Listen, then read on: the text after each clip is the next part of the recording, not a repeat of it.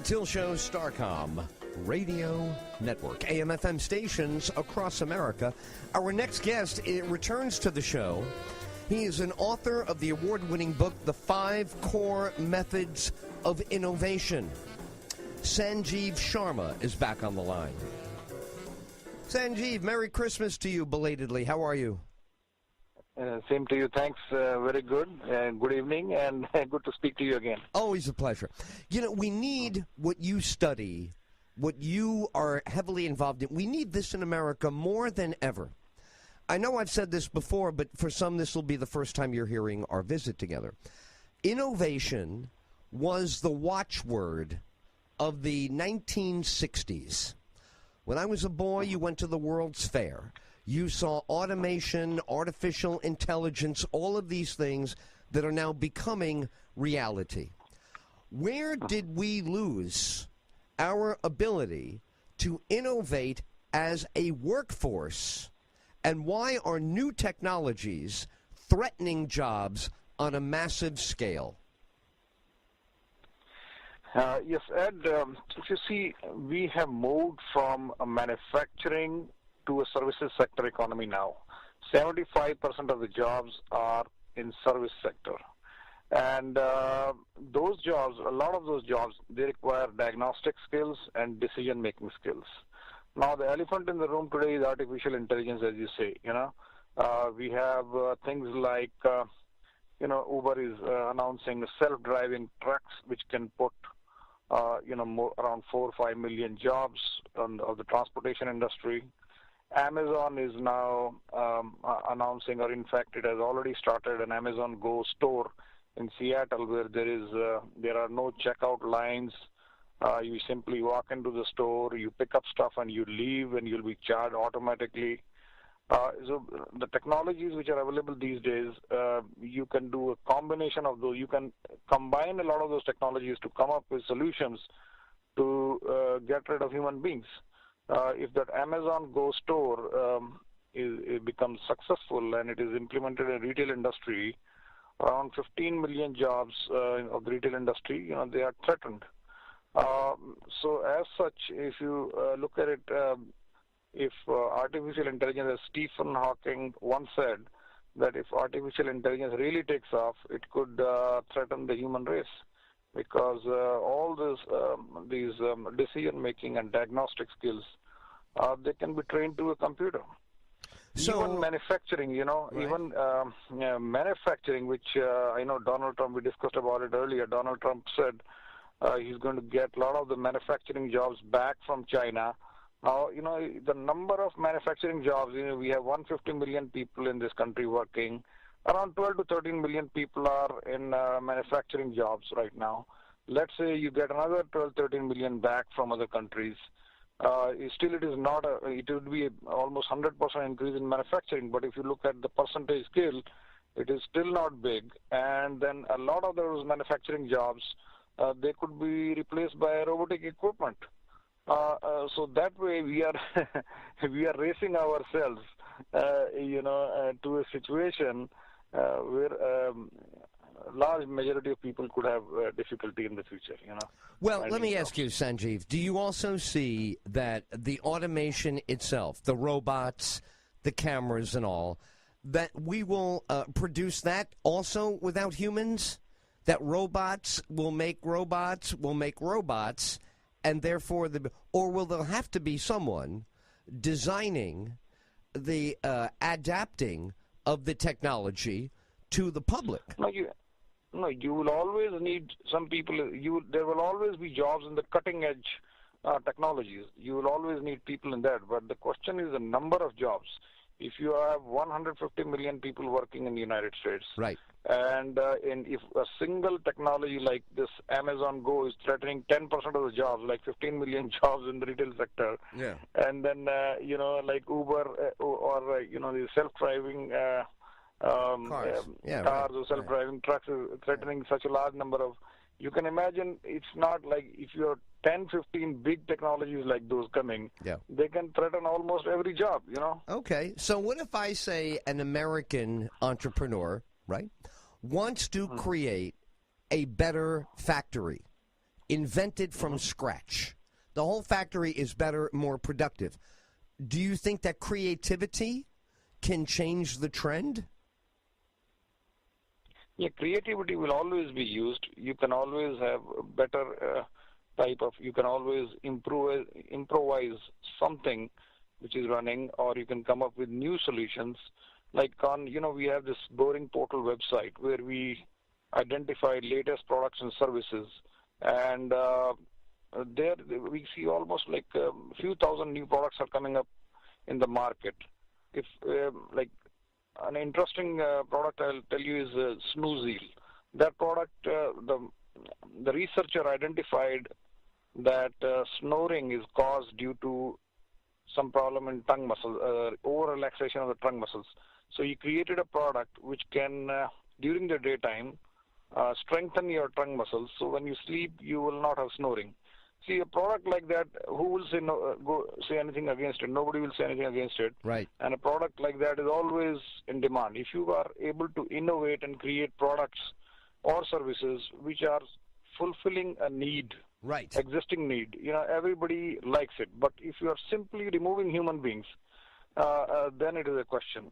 And a lot of times, I talk to people and they say, and even like professors, and they say, no, technology cannot be stopped. There is no way to stop technology, and this is a free market economy. And I disagree with that, because a lot of times, the consumer is not really consulted. Would you like to go to a store where there is absolutely nobody? Or would you like to have a store where you have some people who can answer your questions? And, even at checkout, you can ask them something about price on an alternative product. Some right. question like that. So, right. Let me ask it this way, right? Okay. Mm-hmm. You have the invention with the snoring, right? You have that. Right. Now, if you have a choice to make it in the United States, right now you will pay more by definition, correct? If you have an invention, you want to go to production in Tennessee or somewhere, by definition, you're going to pay more. What I'm asking, is there pressure, do you think, in the investment market, right, for people to invent with a bias toward America? I'm not just inventing the best factory. I'm inventing a factory specifically motivated by American unemployment. Isn't that something that could be created, where the people creating the factory would have a lot of public support because their mission is very narrow toward the United States and not interested in making worldwide production any better? The interest is in giving America an advantage. Couldn't that be a good goal, do you think? An innovative goal to say, look, here's the bottom line is, our country needs to come out ahead. We need to look at who's ever the best, and we need to beat them at their own game and advertise that we are trying to beat them. And then when we beat them, tell everybody we still like them, but we beat them. We want the business that used to go to country X to come to America, and here's why. It sounds like a good goal, no? It may work, but it has not been tested, and I think economics defines these type of things. Which solution is the cheapest, right? And it's hard. It's hard to put. Yeah, hard to get emotional against cars. Right. Japanese cars, for example, but you look at because they look at the price, the quality, and still Japanese cars are very popular. Though there has been, people have been saying things against Japanese cars. For a long time. So, yeah, that is difficult to... It's difficult, right? But there is an element in the human being where you strike an emotional chord and say this is not just cheapest price. It's cheapest price plus my country. My country. Right. I don't know. It sounds to me like a good marketing always gets people emotionally attached. Convenience, dog food, cars. There's always the emotional attachment. How sexy the car is, how healthy the food is, right? They always put in something. They don't always say it's the best value. They always tell you something sexy or emotional to get you to connect to it, I think. Yes, but in the long run, economics plays a role. That's the issue. For some people, it may. You're right. Some people will be impacted by those emotions. Right. What about others? They will look at their pocket, Yes. and the rules of the game have to be same for everybody. I'll just give you an example, a small example here. Like some people you speak and they will say, technology cannot be replaced. You cannot regulate technology. And, it's not always the case. Sometimes, as I said, the consumers, what the consumer needs is not even considered properly. The other day I was driving at Garden State Parkway, New Jersey. I took an exit. Right. And then there are only two ways to exit that. Either you pay with exact change or you need to have an easy pass. What if I don't have exact change and I just have, paper-based currency? So I cannot exit. I looked at it, I was surprised. I said, I cannot even exit this place. So who designed that? Right. Who designed that? I mean, who did anybody? And it's not that Garden State Parkway doesn't have money to put a person there. Right. So, the question is that are the needs of the consumers being considered? Because in this case, I don't have a choice. It's not that I can say I will not take this Garden State Parkway. I'll take another one. I won't even know. Right. I won't take this exit. I'll take another exit. So that's what it is. Similarly, if you look at the technology for self-filling of gas, that's available for more than 50 years, right? Right. But two states in this country, Oregon and New Jersey, both these states, you cannot do that. Yeah. That's considered illegal, Right. So people from other states will laugh at that. They'll say, what is this funny thing? But let me tell you one thing. It is protecting certain jobs. And do you think the gas stations in New Jersey have all gone bankrupt because they have not used the technology? No. And are they suffering a lot? No such thing, basically. Right. So a lot of these things, which you would assume that this technology is a must, it has to be implemented. That's not the case always. Let me ask it from a different point of view. And I think you would be the perfect person to put in a room with Donald Trump, and he would be taking advice and input because he would say, government has not succeeded in several of the goals, either unemployment reduction or raising median income. That's really what matters in America, median household income. No matter how many jobs, mother, father, wife, older, younger, it matters how much money is in the household to how much consumer power and spending and choice the family has. So if he said to you, since I'm going to rewrite the rules, what new rule or what old rules should be gotten rid of, and what new way of thinking would you like to offer for government structure to become more results-oriented for the taxpayer? What would you tell him to think about? Yeah, to answer that question, that's a good question. To answer that question, I will first tell you a few things, other things. It's not that every job is threatened by technology. For example, the job of a doctor.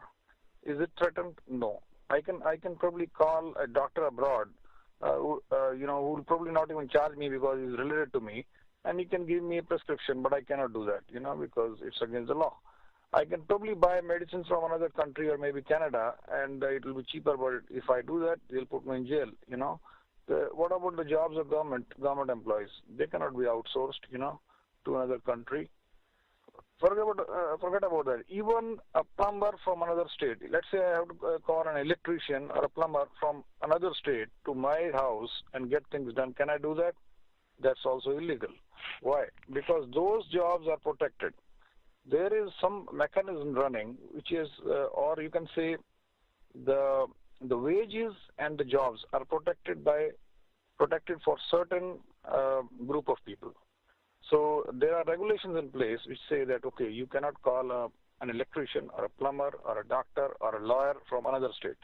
That means the economy of this country is not really national economy in certain sectors. it is very local. They have made sure that the economy stays local so that the jobs are protected and the wages are protected. So when the economy of certain sectors is not even local, you are saying let us make it a global economy. That means that means those jobs which are not protected in that way, they are not only being threatened by national competition, but by global competition. So that is unfair for certain other sectors, So that is my answer to that, that we have to structure these things in such a way that it is fair for everybody. Sanjeev Sharma, our guest on Starcom Radio Network. I've been looking on boringportal.com. Why don't you describe again what that is? I know that people have heard you talk about this more than once, but it really is remarkable what is there. Describe what boringportal.com is. Yes, the website was designed because I realized that you go to any big website, those websites are backed by multi-billion-dollar companies, and you find trash there. You find an article about some celebrity, what kind of clothes she's wearing, or or about something which is, or some movie, or who is having an affair with somebody else. Okay, all those things are entertainment. They are pure entertainment. They don't give you real information. No. I was talking to a person recently, and the person is around 65 years old. He's doing a very good job, and I just while talking to him, I realized he doesn't even know that the insurance, which the life insurance, for example, people take, that is tax free. So that means he missed out. Right.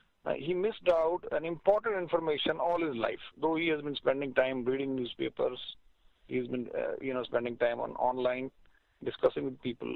So what is happening is we are losing important information. There are thousands of new products coming up every year now. See, the pace of innovation has increased a lot, but we are not even aware. For example, there is a product I recently read about. It is like if you have a rental property and you want to, let's say, give keys to somebody, there is a lock box which is controlled by a cell phone. So somebody wants to see the property, you say it has a small camera, it has it can be controlled by a cell phone electronically, and then you can pass on the keys, and then so you don't even have to go there. So a product like that, if I knew it existed before, I could have probably bought it, but I didn't even know it. So good information about such type of products, such type of services, and good information is difficult to find at one place, and for that the website is boringportal.com. Wow, it is terrific. It's exciting. What I'm looking on, what I'm seeing right now is exciting. Also, I want to spend a few minutes on your great book, The 5 Core Methods of Innovation. It's an award-winning nonfiction book from the year 2014, but people still read it and love it. What drove you to put this down as so that it would become universal knowledge? The 5 core methods of innovation. Is this something we needed to be reminded of, or did we need to learn this again? Yeah, this is after a careful analysis. I've been thinking about it for many, many years and trying to identify, how innovation is done. What is it that separates the thinking process of a person like Jeff Bezos, or Steve Jobs, from another person who is not able to think innovatively? And then I realized there is only a particular pattern. There are only certain patterns of thinking which you can utilize to create new products. The 5 methods are: one is the addition, the other is subtraction, the third is combination, the fourth is alternate means methodology, and the fifth is transposition. I can give you 1 or 2 examples now so that people get an idea of how powerful these methods are. If you can, for example, Walmart and Amazon, they are kind of having a competition. So if you start thinking, why do people go to Walmart? Most of the times, why do you go there? It's price, you go right? There, price? and price plus what are the things?